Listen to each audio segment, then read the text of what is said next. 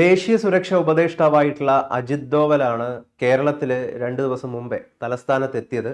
വളരെ നിർണായകമായിട്ടുള്ള ഒരു മീറ്റിങ്ങിനാണ് അദ്ദേഹം എത്തിയത്. നമുക്കറിയാം ISROയുടെ PSLVയുടെ പരാജയം, അതുമായി ബന്ധപ്പെട്ടിട്ടുള്ള ഒരു ചർച്ചയാണ് എന്നാണ് നമുക്ക് അറിയാൻ കഴിയുന്ന ഒരു കാര്യം. അതിനപ്പുറം മറ്റ് വളരെ നിർണായകമായിട്ടുള്ള കുറച്ച് കാര്യങ്ങളും ഇതിലുണ്ട് എന്ന് മനസ്സിലാക്കുന്നു. യഥാർത്ഥത്തിൽ എന്തിനാണ് അജിത് ഡോവൽ എത്തിയത്? അജിത് ഡോവൽ ഇന്ത്യയുടെ ദേശീയ സുരക്ഷാ ഉപദേഷ്ടാവാണ്. ഇന്ത്യയുടെ ദേശീയ സുരക്ഷയെ സംബന്ധിച്ച അവസാന വാക്കാണ്. അങ്ങനെ ഉള്ള ഒരു ഇത്ര സുപ്രധാനമായ പദവിയിലിരിക്കുന്ന ഒരു വ്യക്തി ISROയുടെ ഒരു ലോഞ്ച് വെഹിക്കിൾ സംബന്ധിച്ച ഒരു പരാജയത്തിന് മാത്രമായിട്ട് തിരുവനന്തപുരത്ത് വരുമോ? സാമാന്യ ബുദ്ധിയിലൊന്ന് ചിന്തിക്കുക. പത്രങ്ങളൊക്കെ എഴുതുന്നു, അവിടെ മറ്റേ അട്ടിമറിയൊന്നും നടന്നിട്ടില്ല, അത് വെറും ഒരു സാധാരണ എഞ്ചിൻ ഫെയിലിയർ ആയിരുന്നു.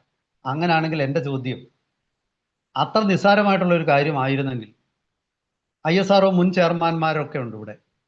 സോമനാഥുണ്ട്, പിന്നെ ശിവനുണ്ട്, അതിൽ കിരൺ കുമാറുണ്ട്, മാധവൻ നായരുണ്ട്, പലരും ഉണ്ട്. അവരുടെ ഒരു സംയുക്ത ടീം വന്നാൽ മതിയല്ലോ. സാങ്കേതിക കാര്യം അന്വേഷിക്കാൻ അജിത് ഡോവാൾ എന്തായാലും അദ്ദേഹം അതിൽ വിദഗ്ധനല്ല. സ്വാഭാവികമായിട്ടും അജിത് ഡോവാൾ വരുന്നത് പ്രഥമ ദൃഷ്ടിയ ദേശീയ സുരക്ഷയ്ക്ക് വെല്ലുവിളികൾ ഉണ്ടായി എന്ന് അറിഞ്ഞിട്ടായിരിക്കുമല്ലോ. സാധാരണഗതിയിൽ ആ പ്രഥമ ദൃഷ്ടിയ ഉള്ള അന്വേഷണം ഇപ്പൊ ഏതെങ്കിലും പിന്നെ ഒരു കേസ് അന്വേഷണം DGP ആദ്യത്തെ ദിവസം തന്നെ FIR ഇടാനായിട്ട് വരത്തില്ലല്ലോ. അപ്പോ അതിൽ നിന്നും വളരെ കൃത്യമായിരിക്കുന്ന ദേശീയ സുരക്ഷയെ ബാധിക്കുന്ന ഒരു പ്രധാന എന്തോ ഒരു സംഭവം ISROയിൽ നടന്നു. ഇനി രണ്ടാം ISRO ചാരക്കേസാണോ ഇത്? ഞാനൊരു സംശയം ചോദിക്കുക. ഞാൻ പുറത്ത് നിൽക്കുന്ന എനിക്ക് സ്വാഭാവികമായിട്ടും തോന്നുന്ന ഒരു സംശയമാണ്. അപ്പോൾ ഒന്നാമത്തെ കാര്യം, ഇത് വെറും ഒരു PSLV ലോഞ്ച് വെഹിക്കിൾ പരാജയമല്ല. അതാണ് ആദ്യമായിട്ട് നമ്മൾക്ക് സാമാന്യ ബുദ്ധി. ഇതിനൊന്നും അങ്ങ് റോക്കറ്റ് ഉണ്ടാക്കാനുള്ള ബുദ്ധി വേണമെന്നില്ല. പണ്ട് ഇപ്പൊ ചില ആൾക്കാർ ചോദിക്കും, ഇയാൾക്ക് എന്തോ അറിയാം, റോക്കറ്റ് ഉണ്ടാക്കാനും ഇയാൾക്ക് പിന്നെ പരിജ്ഞാനമുണ്ടോ, ഇയാൾ ശാസ്ത്രജ്ഞനാണോ? അപ്പൊ എനിക്ക് അത്തരം സംശയമുള്ളവരോട് ഒരു മറുപടി എനിക്കുണ്ട്. അത് ആദ്യമേ തന്നെ പറഞ്ഞിട്ട് ഞാനങ്ങ് തുടങ്ങാം. അതായത് പണ്ട് ബെർണാഡ് ഷാ, വലിയ എഴുത്തുകാരനായിരുന്നു ബെർണാഡ് ഷാ, നാടകകൃത്തും ഫിലോസഫറും ഒക്കെയായിരുന്നു. അദ്ദേഹം ഒരിക്കൽ പറഞ്ഞു, ഒരു മുട്ട രുചിച്ച് നോക്കിയിട്ട് ഈ മുട്ട നല്ലതാണോ ചീത്തയാണോ എന്ന് എനിക്ക് പറയാൻ പറ്റും. പക്ഷേ ഞാൻ മുട്ട ചീത്തയാണെന്ന് പറഞ്ഞാൽ എന്നാ പിന്നെ തനിക്ക് ഇതുപോലൊരു മുട്ട ഇടാൻ പറ്റുമോ എന്ന് ചോദിക്കുന്ന ആൾക്കാരോട് എനിക്ക് മറുപടി ഇല്ലെന്ന് പറഞ്ഞു. അപ്പൊ ആദ്യമേ തന്നെ ഞാൻ അതങ്ങ് വ്യക്തമാക്കുക. ഇനി ഞാൻ ഈ വിഷയത്തിലേക്ക് ആദ്യം തന്നെ ഞാൻ പറഞ്ഞതുപോലെ ഇതിൽ ദേശീയ സുരക്ഷയെ ബാധിക്കുന്ന വിഷയങ്ങളുണ്ട്. അതുകൊണ്ടാണ് അജിത് ഡോവാൾ നേരിട്ടെത്തിയത്. ഇനി ഈ പിന്നെ അവിടെ അങ്ങനെയുള്ള യാതൊരു അട്ടിമറിയും നടന്നിട്ടില്ല എന്ന് പറഞ്ഞാൽ അതങ്ങ് വെള്ളം ചേർക്കാതെ വിഴുങ്ങുക എന്നുള്ളതല്ല പത്രപ്രവർത്തകരുടെ ജോലി. ദൗർഭാഗ്യവശാൽ കേരളത്തിലെ പത്രപ്രവർത്തകര് പോലീസും ഇതുപോലുള്ള അന്വേഷണ ഏജൻസികളും പറയുന്നത് അപ്പടി അതുപോലെ കൊടുക്കും. അതിനപ്പുറത്തോട്ടൊരു ചോദ്യം അവർ ചോദിക്കുന്നില്ല. ഞാൻ ഇന്നലെ ചാനലുകളിലൊക്കെ കണ്ടു. ശരിക്കും പറഞ്ഞാൽ ഈ ISROയുടെ PSLVയുടെ പരാജയമല്ല അവിടെ നടന്നിരിക്കുന്നത്. PSLV എന്ന വർക്ക് ഹോഴ്സ് ലോഞ്ച് വെഹിക്കിൾ അത് പരാജയപ്പെടുന്നത്, അതിന്റെ പരാജയം തന്നെ ഒരു വലിയ ചോദ്യചിഹ്നവും അതിശയവുമാണ്. കാരണം ഏതാണ്ട് 10-50 ലോഞ്ചുകൾ ഒരുപോലെ നടന്നതിന് ശേഷമാണ് പിന്നെ ഇത് ആദ്യമായിട്ടൊന്ന് ഒരു ചെറിയ പ്രശ്നം വരുന്നത്. പിന്നീട് വീണ്ടും അത് ലോഞ്ച് ചെയ്തു. അങ്ങനെ 65 ലോഞ്ചുകൾ ഈ റോക്കറ്റിന്റെ നടത്തിയിട്ടുണ്ട്.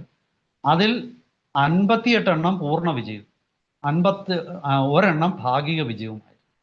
അതോ 59 എണ്ണം പൂർണ്ണ വിജയം, 1 ഭാഗിക വിജയം, അങ്ങനെ എന്തോ. ബാക്കി 5 അങ്ങനെയാണ്. 5 പരാജയം. ഈ 5 പരാജയത്തില് 2 എണ്ണം വന്നിരിക്കുന്നത് മെയ് 2025 അതുപോലെ ജാനുവരി 2026. ഇംഗ്ലീഷിൽ പറയും ബാക്ക് ടു ബാക്ക് ഫെയിലിയേഴ്സ് എന്ന് പറയും. ഈ ബാക്ക് ടു ബാക്ക് ഫെയിലിയർ ആണ് നമുക്ക് ഒരുപാട് ചോദ്യങ്ങൾ ഉണ്ടാക്കുന്നത്. ഈ ബാക്ക് ടു ബാക്ക് ഫെയിലിയർ നടന്നത് എന്തുകൊണ്ടാണ്? അവിടാണ് ഇതിന്റെ പ്രശ്നം.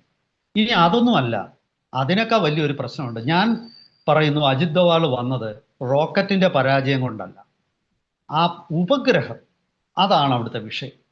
അതായത് ഇന്ത്യയുടെ ചാര ഉപഗ്രഹമാണ് നഷ്ടപ്പെട്ടത്.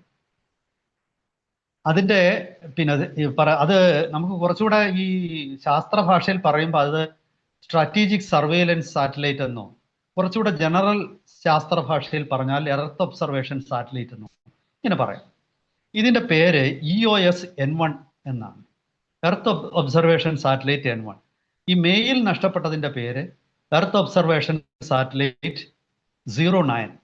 ഇത് രണ്ടുമല്ല, ഇതിനു മുമ്പ് നഷ്ടപ്പെട്ടു. അതായത് 2020 ശേഷം തുടർച്ചയായിട്ട് ഇതിന്റെ ഇത്തരം ഉപഗ്രഹങ്ങൾ പരാജയപ്പെടുകയാണ്. 2021 EOS 02 എന്ന വേറൊരു അതായത് തന്ത്രപ്രധാന നിരീക്ഷണ ഉപകരണമെന്നോ വളരെ ലളിതമായിട്ട് പറഞ്ഞാൽ ചാര ഉപഗ്രഹമെന്നോ പറയാവുന്ന EOS 02ന്റെ പരാജയം 21 തുടങ്ങി. അത് കഴിഞ്ഞ് 22 EOS 03 ആണ് ആദ്യം പരാജയപ്പെട്ടത്. 2022 EOS 02 പരാജയപ്പെട്ടു. ആദ്യത്തേത് ഒരു GSLV Mk2 ആണ് വിക്ഷേപിച്ചതെങ്കിൽ രണ്ടാമത്തേത് SSLV എന്ന് പറയുന്ന സ്മോൾ സാറ്റലൈറ്റ് ലോഞ്ച് വെഹിക്കിൾ ആണ് വിക്ഷേപിച്ചത്. അപ്പൊ തുടർച്ചയായിട്ട് 2020 ശേഷം 4 ചാര ഉപഗ്രഹങ്ങൾ പരാജയപ്പെട്ടു. വലിയ പ്രതിസന്ധിയാണത്. നിങ്ങൾ വിചാരിക്കുന്ന പോലൊന്നുമല്ല. കാരണം ഈ ഓപ്പറേഷൻ സിന്ദൂർ പോലുള്ള സമയത്ത് ഇന്ത്യക്ക് ഒരുപാട് ബുദ്ധിമുട്ടുണ്ടായി. കാരണം ചൈനയ്ക്ക് ഒരു കോൺസ്റ്റലേഷൻ ഓഫ് സാറ്റലൈറ്റ്സ് ചൈനയ്ക്കുണ്ട്. അതായത് ഒരു ഉപഗ്രഹങ്ങളുടെ ഒരു വലിയ സമൂഹം തന്നെ ഉണ്ട്. അങ്ങനെയുള്ള ചൈന ആ വിവരം മുഴുവൻ പാകിസ്ഥാന് കൊടുക്കുക. പക്ഷേ ഇന്ത്യയുടെ ചില സാറ്റലൈറ്റിനെ മാത്രം ആശ്രയിക്കേണ്ടത്. ആ ദൗർലഭ്യം കുറയ്ക്കാനാണ് നമ്മൾ ബാലാക്കോട്ടിന് ശേഷം 2019 ശേഷം നിരന്തരമായിട്ട് ഇപ്പം 4 സാറ്റലൈറ്റ് നഷ്ടപ്പെടുക എന്ന് പറഞ്ഞാൽ ചെറിയ കാര്യമല്ല. ഇതിലൊക്കെ സിന്തറ്റിക് അപ്പർച്ചർ റഡാർ ഉൾപ്പെടെ ഉള്ള, അതായത് വളരെ കൃത്യമായിട്ട് ഭൂമിയിലെ നടക്കുന്ന ഒരു 5 മീറ്ററിനുള്ളിലെ കാര്യങ്ങൾ പോലും കൃത്യമായിട്ട് അറിയാൻ പറ്റുന്ന അതീവ നൂതനമായ സാറ്റലൈറ്റുകളാണ്. അങ്ങനെയുള്ള സാറ്റലൈറ്റുകൾ തുടർച്ചയായിട്ട് 4 എണ്ണം നഷ്ടപ്പെട്ടു എന്ന് പറയുന്നത് അതീവ ഗൗരവമുള്ള വിഷയമാണ്. അത് ഒരു കാരണവശാലും അംഗീകരിക്കാൻ പറ്റില്ല. ഇതാണ് അജിത് ദോവാലിലൂടെ വന്നത്. അപ്പോ അജിത് ദോവാൽ വന്നത് അട്ടിമറിയൊന്നും അല്ല, അത് വെറും സാങ്കേതിക പ്രശ്നമാണെന്ന് പറഞ്ഞാൽ അത് പത്രപ്രവർത്തകൻ എന്നുള്ള നിലയിൽ ഈ മേഖലയെക്കുറിച്ച് നിരന്തരം ഫോളോ ചെയ്യുന്ന ഒരാളെന്നുള്ള നിലയിൽ നമുക്ക് അത് അംഗീകരിക്കാൻ ബുദ്ധിമുട്ടുണ്ട്. അപ്പം ഇങ്ങനെയൊക്കെ നടക്കുന്നതിൽ ആരാണ് ഇതിൻ്റെ ഉത്തരവാദി? അതാണ് ഇതിൻ്റെ അടുത്ത ഒരു അതീവ ഗൗരവമായ ഒരു ചോദ്യം. ഇന്ത്യക്ക് ഈ സ്പേസ് ബേസ്ഡ് ആയിട്ടുള്ള സർവൈലൻസ് അസറ്റുകളുടെ ദൗർലഭ്യമുണ്ട്. ആ ദൗർലഭ്യം ഇന്ത്യ പരിഹരിക്കാൻ ശ്രമിക്കുമ്പോൾ അതിനാരാണ് തടയിടുന്നത്? ഒരു കാര്യം പ്രത്യേകം ശ്രദ്ധിക്കേണ്ടതാണ്. അജിത് ദോവാൾ തിരുവനന്തപുരത്ത് വന്നിട്ട് കണ്ടത് ISRO ചെയർമാൻ നാരായണനെ ആണെന്ന് എനിക്ക് തോന്നുന്നില്ല. അങ്ങനല്ല മാധ്യമ വാർത്തകളിൽ. നാരായണനെ കാണാൻ ഇങ്ങോട്ടല്ല വരേണ്ടത്. അജിത് ദോവാൾ വന്നത് വിക്രം സാരാഭായ് സ്പേസ് സെന്ററിലോട്ടാണ്. ലോഞ്ച് വെഹിക്കിളിന്റെ ഡയറക്ടർ, ISROയുടെ ഒരു ഡയറക്ടറെ കാണാനാണ്. യഥാർത്ഥത്തിൽ ഇന്ത്യയുടെ ദേശീയ സുരക്ഷാ ഉപദേഷ്ടാവ് കാണേണ്ടത് ISRO ചെയർമാനെ അല്ലേ. അപ്പോൾ ISRO ചെയർമാന് അദ്ദേഹത്തിലുള്ള വിശ്വാസം കേന്ദ്ര സർക്കാരിന് നഷ്ടപ്പെട്ടിരിക്കുന്നു. ഒരു ചോദ്യമാണ്, വളരെ കൃത്യമായിട്ടുള്ള ഒരു ചോദ്യമാണ്.